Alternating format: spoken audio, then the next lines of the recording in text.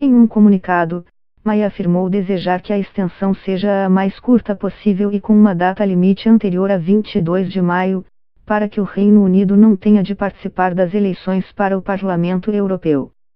A Premier também afirmou que gostaria de se reunir com o líder do Partido Trabalhista, Jeremy Corbyn, para buscar um consenso sobre a futura relação entre o Reino Unido e a UE. No entanto, ela afirmou que os termos negociados por seu governo para o Brexit, que já foram rejeitados 3 vezes pelo Parlamento, continuarão a fazer parte do acordo.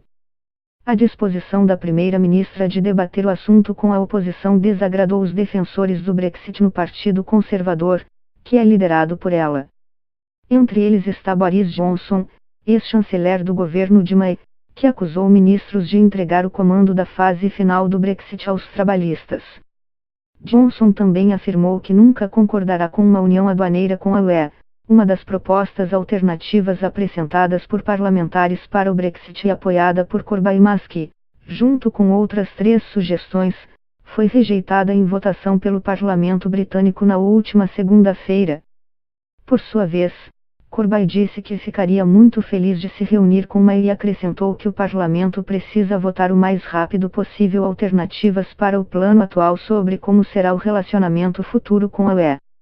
O Reino Unido tem até 12 de abril, a atual data limite para o Brexit, para apresentar um plano ao bloco, que poderá ou não aceitá-lo, ou deixar a UE sem um acordo. O primeiro prazo para o Brexit é até 29 de março.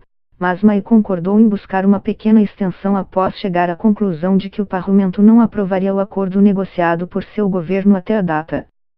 Nesta terça-feira, a Premier passou mais de 7 horas reunida com sua equipe.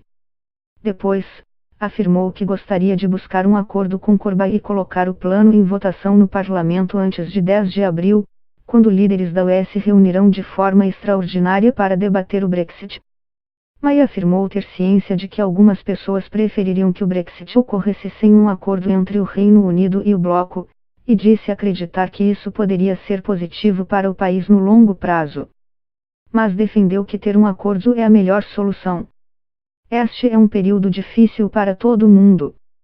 As emoções estão afloradas em ambos os lados da questão, mas podemos e temos de fazer concessões para entregar aquilo que o povo britânico votou. Este é um momento decisivo na história destas ilhas e exige unidade nacional para defender o interesse nacional, disse a Premier. A Premier da Escócia, Nicola Sturgeon, disse que tudo não passa de mais uma embromação de May, enquanto o líder do Partido Liberal Democrata, Vince Cable, criticou a busca de consenso. Isso só vai piorar o impasse.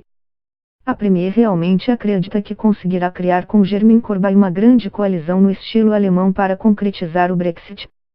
A parlamentar trabalhista Hilary Benn, presidente do Conselho para o Brexit na Câmara dos Comuns, uma das casas do parlamento britânico, disse que o anúncio de May é uma boa notícia, mas alertou que a governante terá de demonstrar que está genuinamente aberta a novas ideias. Mas a parlamentar trabalhista Kate Way, que é a favor do Brexit, disse que, independentemente de quaisquer termos fechados entre May e Corbyn, muitos de seus colegas simplesmente não aprovarão um acordo. Acredito que ainda há chance de concretizar o que o povo votou, que foi sair da UE. É bem simples. Mas muitos parlamentares não querem que o Reino Unido saia e estão nos impedindo de fazer isso. Após o anúncio de May, o presidente do Conselho Europeu, Donald Tusk, tweetou que, mesmo depois de hoje, não sabemos qual será o resultado final. Tenhamos paciência, pediu.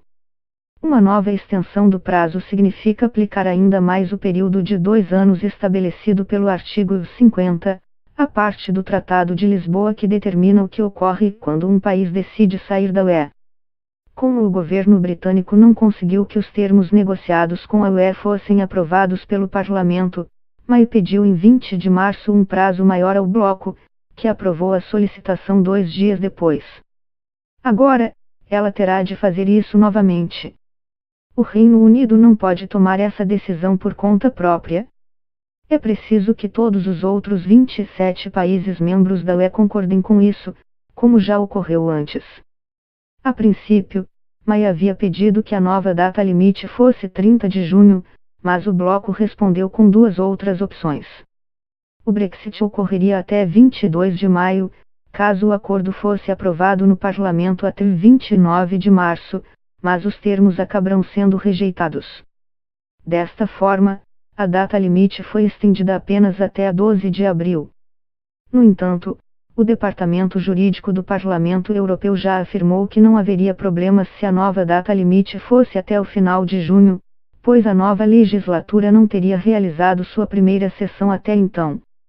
Líderes europeus discordam desta avaliação e endossam uma interpretação mais rígida da legislação feita pela Comissão Europeia, segundo a qual permitir que o Reino Unido se mantenha no bloco sem realizar eleições seria arriscado demais.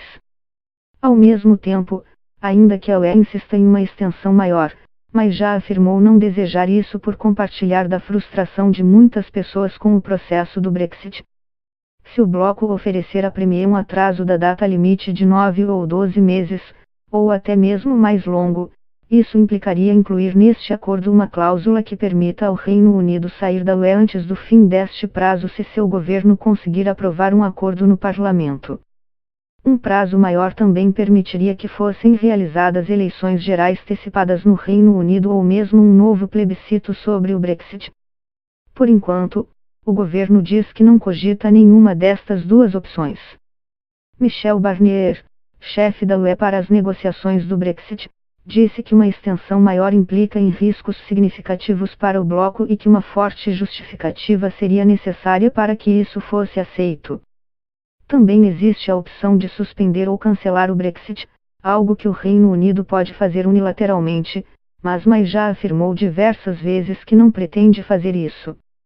E o Tribunal de Justiça Europeu já afirmou que essa medida, se tomada, seria inequívoca e incondicional, ou seja, afirmou que não veria com bons olhos uma suspensão do processo apenas para que ele fosse retomado depois.